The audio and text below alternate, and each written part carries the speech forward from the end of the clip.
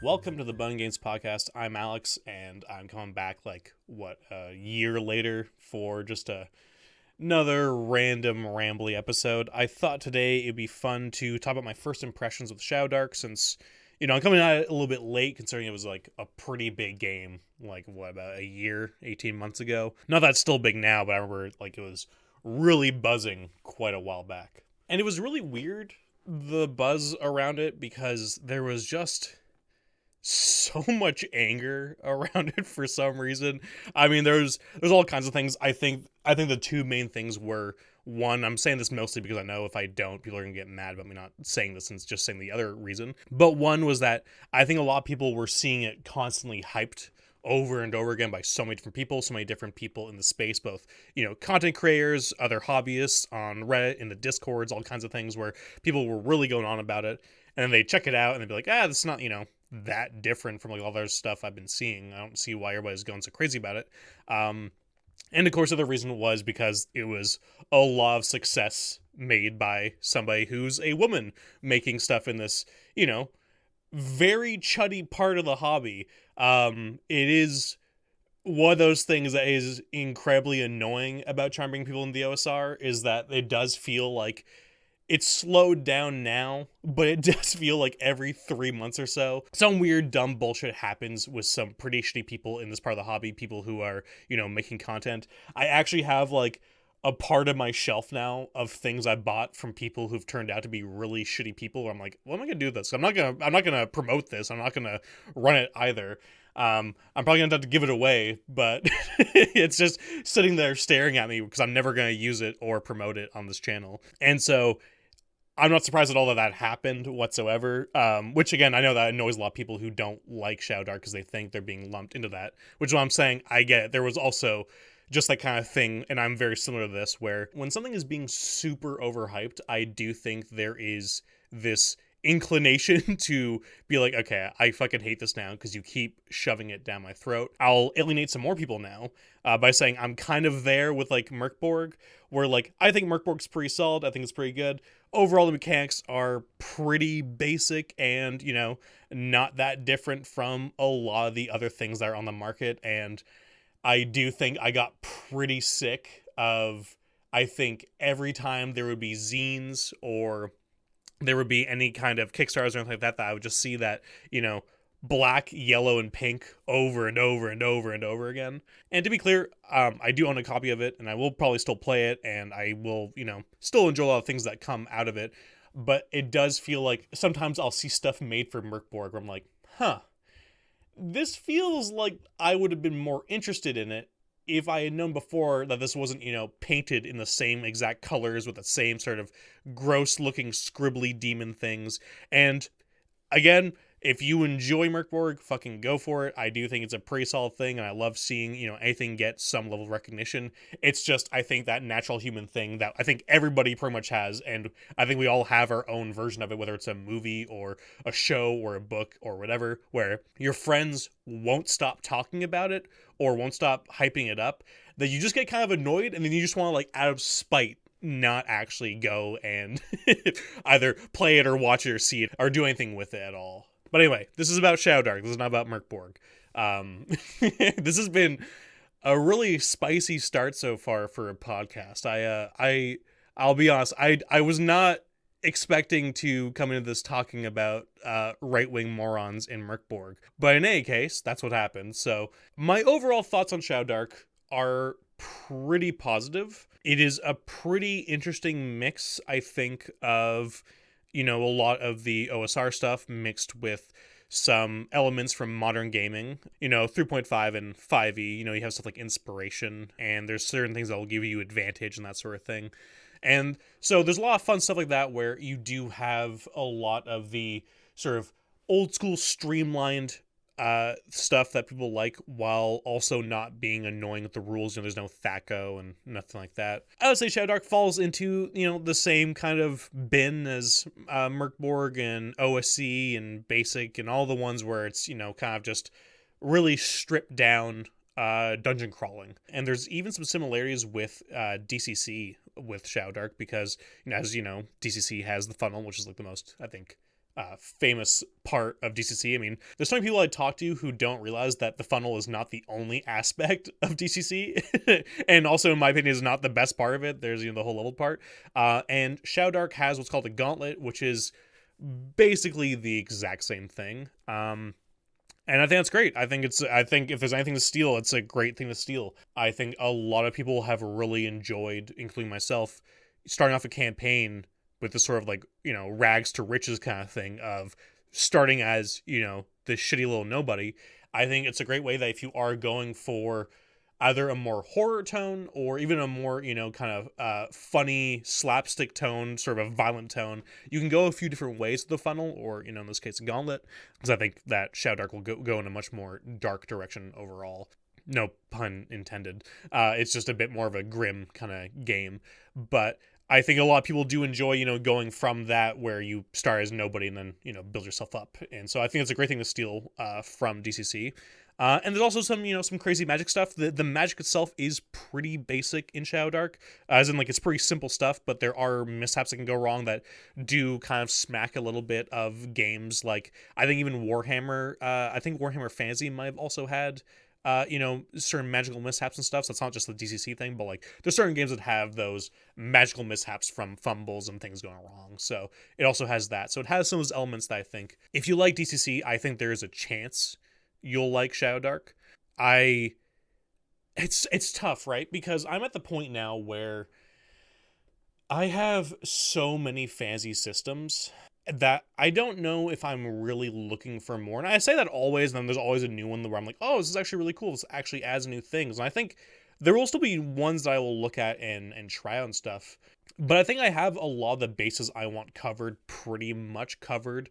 As I mentioned before, I have Shadow the Demon Lord for that kind of, more narrative style game with the more, strong, powerful builds, and the fun part of that, the part of my brain that enjoys making build characters and that sort of thing without, needing to take out a spreadsheet to go through all the different builds and everything. I have Worlds Outnumber for also some build crafting, but also that big sandbox OSR kind of play. DCC because I like DCC and it's fucking crazy. And I could definitely use Shadowdark instead of, DCC. Not that it fills the same niche, but it's similar enough that I could see running this instead if I wanted a bit more of a grounded game. It could definitely replace OSE for me. I mean, I don't even really play OC because I think it's a little bit boring. It's basic. It's fine. It does exactly what it wants to be, and I think it does that well. But I think the characters in Shadowdark get these talents. There's a few aspects to that to the Shadowdark characters that I think make them a little bit more interesting. There's a little bit more to chew on than OC characters. Not much, but there's just a little bit more. I'm like, okay, this is a little bit cooler. And so I do think it's a game I would recommend, especially since you can get the quick start for free on drive-thru, so you can just go and grab that and look at it and see if it's something that you're interested in. I think there's also a bunch of free adventures made for it. I'll see if I can find some. I'll put them in the show notes, or on YouTube I'll put in the description if I can find some, because I think I saw some on itch that were there's a 14 pack for free or something like that, or they're very cheap. But yeah, so I think there's a lot of support for it. The Foundry support, speaking of support, is also really good. Using it on Foundry was a breeze, and also it was free. The stuff I was able to do with it was very easy. I could very easily generate characters, drag over items, make things work. There was some jankiness with the torch, which I'll get into in a second, because there's a whole torch mechanic that I think Shadowdark is known for. There was some janky stuff with it, but overall for free, I was like, okay, this is a pretty easy Foundry game for me, which is honestly a pretty big plus, because most of my games now are online versus in person. I still play with my friend group, but a lot of times if I want to try a new system or try a new game or run a module system or anything like that, it often is where I'm going to my Discord and I'm like, hey guys, here's the thing I'm doing. So it's just so much easier to pull from a pool of people than forcing my friends in real life to have to deal with me at the table. So they anyway, this is all over the place. So to talk about the torch mechanic real quick, I think it's a really fun gimmick. I quite like it. I feel like a few online interactions I've had with people just been I just not being into it at all, or not understanding why people like it so much. And I think it's a fun gimmick. I don't think there's really much more depth than that. It's not going to change your life. You're not going to suddenly play Shadowdark and try out the torch mechanic and be like, oh my god, I have not played tabletop RPGs until now. Truly, I now understand what it is to play in this hobby. It's not like that. It's fun. And basically the torch mechanic is that when you light a torch, you put on a timer for a real 1 hour, and that is how long that torch lasts. Now, things might happen where you douse it, or you might drop it and it goes out, or certain things might put out like that, and you can't really gamify it. If you have another torch lit, that's totally fine. You can have more than one torch lit, but it's all going on that first hour. Or I think you can start like a new hour, but they're all going on one. You're not by having multiple torches, you're not extending the time or anything like that. It's very streamlined to keep it very simple, and also to not have people try and weasel their way into optimizing the torchlight. And this is very useful because there are no races, there's no dwarf or anything like that have dark vision. Everybody has no dark vision at all, so you need torches or lamps or some kind of light source, like the light spell, which I believe acts the same way as a torch. And it's very fun. When I was playing it in the Dungeon Crawlers server, which is a primarily DCC server, but they do all kinds of different OSR stuff. It's very solid server. The person who ran it for me, when we ran that, that was my first time. That was my first time actually playing it. What we did was, when the torch on the timer that the GM had, this is over online, everybody shut their lights off when the torch went out. And it was pretty fun because we were in the middle of combat at one point, and the torch went out while we were like fighting these weird undead creatures with like I think like candles in their eyes. They're like these really fucked up creatures. And suddenly, the torch goes out and the lights are out and we're in pitch blackness and things are getting worse. So we all shut our lights off, and we did get the light back up pretty quickly. But there was that fun moment of where you sort of gave yourself over to the fun gimmick, just having a good time with it, that it did elevate a little bit. It didn't, again, didn't change anything in terms of like how I saw stuff, but it was just a fun little thing. It's like dressing up for a Halloween party instead of just showing up in a t-shirt and shorts. It's that little extra bit of effort that sort of, goes a long way. So one thing I did find that I did kind of fuck up when I ran myself, which I think people should learn from, is that I don't think this game, and I might even say it somewhere in the book and I totally missed it. This game does have, distance. I think it has it in maybe feet. I think it might have it in feet. But it has distances like you have for most of these games. But honestly, I would make it a little bit more loosey-goosey. So when I ran it, I did a grid because I was running it online, because I often do a grid for online just so there's that level of, extra stuff for your eyes to look at. There's the extra help to give to the players of things they can look at and, be aware of, because at least for me, I find I do theater of the mind a lot, even online, but I do it a lot more, I think, at the table in person, because with body language and, actually being at the table and people are there, and it's a little bit easier to do that, I think, at the table where everybody can sort of, see you and there's a little bit more engagement. Whereas I feel like online, even though doing theater of the mind might be easier because, you don't have to deal with any sort of VTT or do any drawing or anything like that, I do find that myself, and I think a lot of others, are much more easily distracted at a computer because, there's all these different things that are there, your Discord or email or Reddit or whatever is there that, might, distract you from the game, as well as, not really having that same vibe as you do at the table where, everybody's kind of just sort of staring dead into their cameras or, off the side, where it's just not quite the same vibe. I'm making it sound way worse than it is to play online. It's not that bad when you have, a proper group and, a proper setup, but I did end up doing that for Shadowdark because I was like, okay, if I do like a whole grid, I can draw this map because it's a pretty small dungeon. It should be pretty easy to draw this dungeon out, and then that'll be easier for everybody to visualize, instead of me having to repeat myself because, they're getting distracted and it just naturally happens that way. You're basically always in initiative in Shadowdark. You go turn by turn. It's not the sort of loosey-goosey thing where you're kind of doing whatever you want, and then when you have combat, you roll initiative. In this, you have initiative for every turn, where you go down the line, and then combat, you roll initiative again. And I think that actually works out really well. I quite liked it. I think it kept people on track pretty well. And I've never run anything like that before because I've tried to in the past, and I found that the other systems I've used haven't been good for it, or I think just the way that it used to be done with old school systems wasn't as good. Or I was a player in it where it was mostly on the GM side, so I didn't really have to worry about that much. But having to do, turn order for just searching rooms or checking traps or doing kinds of things was actually really interesting, and I think it made me enjoy the dungeon crawling aspect a lot more, I think, than I otherwise have before. I've always liked dungeon crawling, but I do think that sometimes there can be a level of like, okay, let's speed some things up here, or like, this is pretty boring, or things are getting off track. And I think actually having it that structured actually made it a lot more, well-paced than just keeping it loose and just trying not to worry about it too much and just trying to keep things moving. I think both styles work, but I do think that for Shadowdark, I found I really liked this sort of different style. I know this is like how the old school dungeon crawling used to be and that sort of thing, and like a lot of people are gonna be like, oh, that's how we always did it, and of course it's good or whatever, but like, there's a lot of old stuff from D&D that kind of fucking sucks, that, is just terrible, like THAC0. And I will absolutely not debate anybody on THAC0. I'm sorry, it's just worse. There is no aspect of it that is better. It just is worse. And people are like, it's not that hard. I don't care if it's not hard. It's just worse. It's doing the exact same thing as ascending AC, but being just less efficient. There's nothing about that as a benefit. I get when some people are like, oh, this old thing works better than this new thing. I was like, yeah, because there's these benefits to it, but I prefer the new thing because the old thing has these issues, but the old thing does allow for this.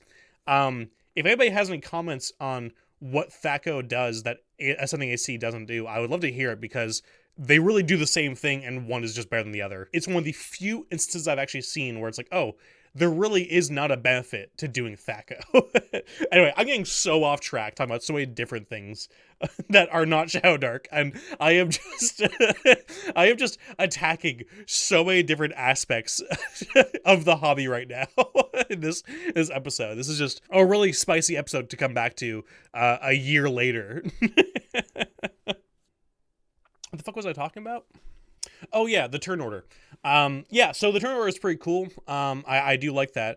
And so how I fucked up is that I think what I would do is do the turn order, but I think don't do the grid, or only do the grid for, just a general idea of, what people can see, or how, give them a general idea of the size of the room if you want to, because what ended up happening was, because we're doing turn by turn, there were a lot of turns, because I was making them move their movement across the grid, that nothing was happening, that like they went into the room, they searched whatever was here, there's nothing really else to search, okay, and then, they moved to the next room, which took them, 2 rounds or whatever, because I was just trying to like, okay, maybe I'll try and do this as rules as written as I can, because I like to do that for some systems, most of the channels, see like, okay, how is somebody who is new to the hobby, how would they maybe play this, and where would things maybe not go super great. And then when I run it more, I go like, okay, I know how to play this, I know what I'm doing with it, I know what I don't like about it, so I'm gonna do my own thing. But I do think the book doesn't want you to do that either. I think that was more of just, I think I made a mistake there. It really slowed down the pacing, and I don't think it really added much by sticking to the movement rate. I think just going, okay, yeah, there's nothing else in this room. There's still a lot of time on the timer, on the torch. There's, I've already rolled several times for encounters. There's nothing here. Yeah, we're just gonna move now. We're not gonna, we'll start the next turn, at the next room, or at the door, at the end of this long hallway, or whatever it is, where I think it really is going to depend on the dungeon. If you have a really good dungeon where I think there's a lot of stuff in it, that might be less of an issue. But what I ran into, I was running a dungeon that was one of the ones that came with the set. Oh, and I should also shout out my friend Martin, that people know from the channel. He's been in my actual plays and a bunch of stuff. He ended up having his Shadowdark stuff damaged, so he sent it to me as a gift. So I have basically the entire Kickstarter set of Shadowdark for free. So that was extremely generous and kind of him.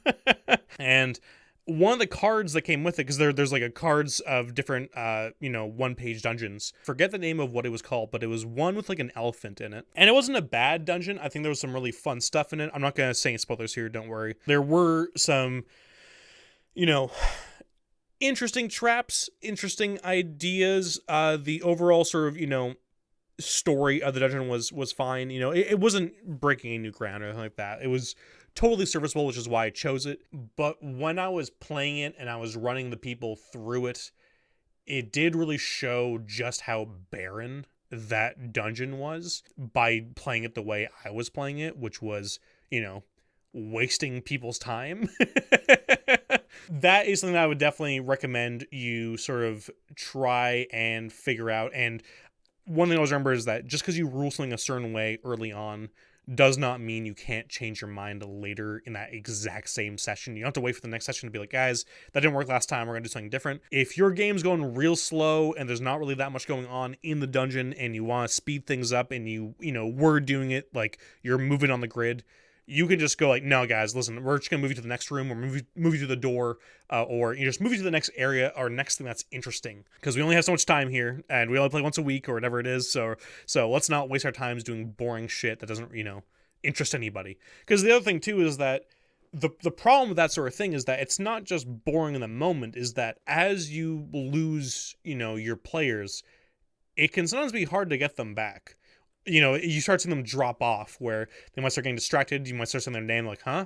I didn't really have that much of an issue with my players because they were, we're all friends, so we're just sort of goofing around. But sometimes, you can get into that where once you start really kind of spinning wheels or ruining the pacing, that can be a real big sort of death rattle for that session, or even a campaign, depending on if you don't do things properly or do that over a long enough period of sessions. So as usual, learn from my mistakes, and I would say either do the grid system if it's interesting enough, there's enough things going on every round, or you're just going to start putting stuff into it, or you're able to make it more interesting if you're very good at doing descriptions or whatever else it might be, or just go a little bit more loosey-goosey. I think if you do Theater of the Mind, it's a lot easier to do that more sort of free-form game. When I played it, the GM was doing the dungeon in Theater of the Mind, and I think that worked out way better than me doing the grid, and that was also online, and he was doing a very good job of describing stuff. He was very eloquent.